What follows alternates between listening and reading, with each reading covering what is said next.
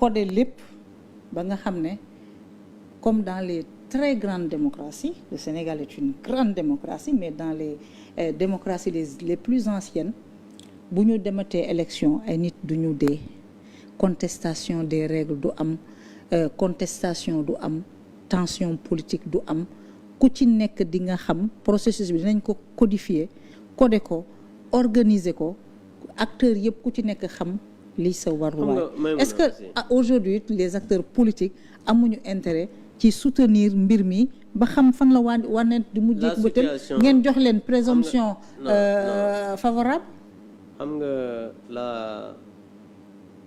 société sénégalaise est plus que jamais divisée parce que boo xoolee tey li am nga xam ne les gens ne sont pas d'accord donc cela veut dire quoi? Cela veut dire que mbir mi du affaire système politique ak élection indiwul dee système politique indiwul dee parce que la preuve may mën a depuis trois alternances. lan mooy indi dee. waaw déglu ma rek depuis 3 alternances dañuy voter élection malgré ay situation préélectorale yu graaw.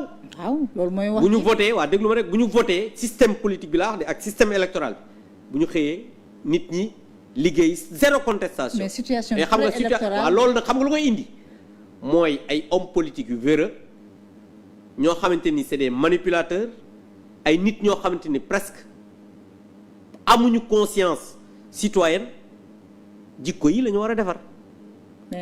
mais non attends c'est pas le système politique aujourd'hui li nga xam ne moom la ñu nekk di war a dëxëñ ñi tey ji bu ñu waree changer système politique Sénégal nañu def comme ni président de la République Macky Sall defoon dem référendum xam nga bu ñu toogee naan dañuy jox ay pouvoir premier ministre dañuy yooyu c'est des choses yoo xamante ni on ne peut pas utiliser et on ne doit pas utiliser une majorité mécanique pour le faire parce que le système politique sénégalais système électoral amul problème nit ñi ñoo am problème loolu la ñu war a xoolaat. waaw mais si système xam nga Sénégal dañuy def élection ñu passé ko ñu fàtte. absolument mais situation préélectorale bi parrainage bi. inscription mais dama ne loolu du indi xeex yi non li indi xeex yi non li indi xeex yi mooy réforme yeeg. li indi xeex yi mooy nit ñi ñoo am problème non nit ñi ñoo am problème. c'est les hommes politiques qui ont des problèmes. 2012 la moo indi 2011 ba 2012. ñu nekk ci situation de crise. mais loolu affaire constitution la woon. non c'est pas le système électoral. mais justement affaire constitution la woon. affaire ticket boo fàttali ko. non on voulait changer la constitution. non ah non si ne touche pas à mon constitution. d'accord non man la njëkk a jàpp le 19 juillet 2011. donc non attends c'est vrai. c'est que y a la. mooy des réformes. réformes sur la constitution. oui mais loolu moo tax ma ne du système politique bi système électoral bi les réformes constitutionnelles moom mooy indi souvent loolu noonu 2011 loolu moo ko indi. bii passé nag bii passé problème yi fi am yëpp problème privé la de. non nit moo dem non déglu ma rek non problème privé la.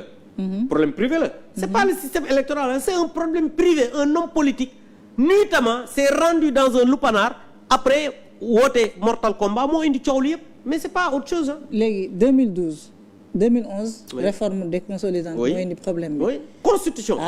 2012. oui. troisième mandat. oui. y a eu constitution ba tey constitution y a eu 14 constitution. constitution. 2024. ku dem ci lupanaar. ku dem ci lupanaar la élection bi y a eu 3 mois. constitution. constitution. report élection bi y a eu 3 mois. non déggoo li ma la. les parrainages les questions de candidature.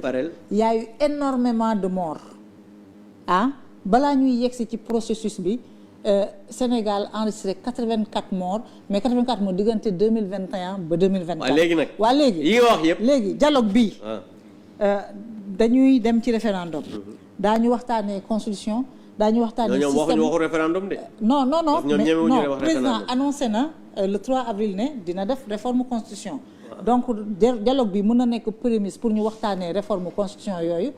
dina permettre ñu cadrer le jeu politique électoral ak constitutionnel ba nga xam ne Sénégal en 2029 on va aller vers des élections sans une situation de pré-campagne électorale tendue, violente et meurtrière. loolu bu fekkoon ne les situations sont réunies ba ñuy waxtaane loolu nit ñi mën nañ ci wax mais du loolu système politique la ñu wax avec 3 thèmes gis nga ko li nga wax yëpp ay affaire constitution la et je l'ai dit parce que aussi l'histoire politique récente sénégalaise on la connaît li fi xew yëpp xam nañ lan moo ko indi mais je veux dire dafa am loo xamante ni mën nañ ko waxtaane mais dafa am yoo xamante ni da ngay dem référendum parce que loolu moo gën a populaire et loolu waxuñu ci buñ ci waxoon nag su boobaa nit ñi dinañ ci wax seen xalaat mais on n'est pas dans ça. La question des libertés.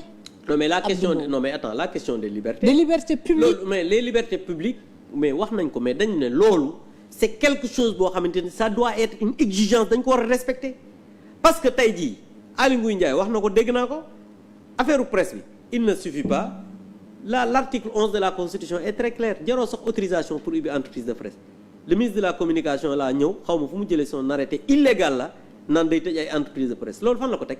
daf ñu bëggoon effacer légalement. du effacer kenn moom ci boppam la ñuy effacer. il voulait nous effacer légalement du effacer kenn. mais les libertés publiques Abdou Mbow aujourd'hui délit d'opinion.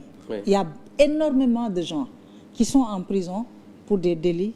mais loolu lu ñu war a waxtaane la dañu war a. non mais d'abord mën na bokk ci waxtaan bi xam nga c'est très grave que ñu tey Ousmane Sonko moom bi nga xamante ne ni amul ku mu saagawul ci réew mi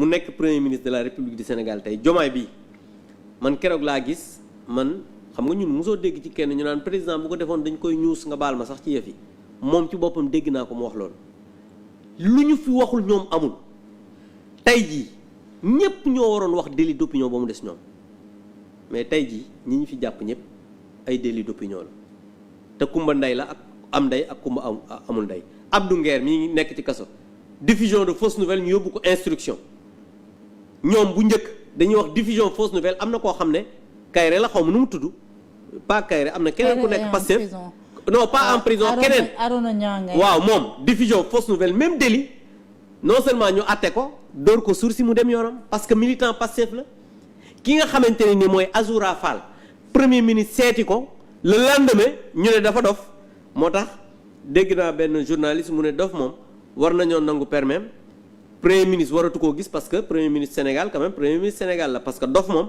bu nekkee ak moom mën naa xëy rek jël paaka dóor ko donc dof moom dafa war a génn ci société bi mais procureur bi ci boppam nee na la nga xam ne moom mooy certificat médical bi normalul. mais justement dof waruñ ko génne ci société bi waaw mais déglu ma non dof moom warul génn ci société bi. non dof waruñ ko génne ci société bi. non dégg waruma dama ne non dama ne. dañ koy faji interne ko non dama ne situation. ah léegi yow. waaw dof da nga koy jël. muy ànd ak premier ministre de la République du Sénégal. di dawal oto da nga ne dañ ko war a génne ci société bi. mais faj ko ba mu wér. dof kenn du ko génne ci société bi. dof nag dañ ko war a génne ci société bi faj ko ba mu wér. balaa muy dugg di àndaat ak nit ñi. te c'est comme ça que ça doit se faire. folie dafa ute ak traumatisme. nit ku am traumatisme waaye mais dañu ne nit ku am traumatisme c'est que may mun a nag yow tubaab ngay wax. tubaab ngay wax wala lan ngay wax. nit ku am traumatisme psychiatrique. non attends n'est pas forcément. mais may mun a dans la folie. dañ koo indil kayitu dof loolu la ñuy indi tribunal kayitu dof quand même. deux poids deux mesures moom. am na lu leer la. waaw léegi nag moo tax ma ne. moo tax ma ne affaire délit d'opinion yi. loo xamante ni la ñu war il faut être et puis may mun a dama bëggoon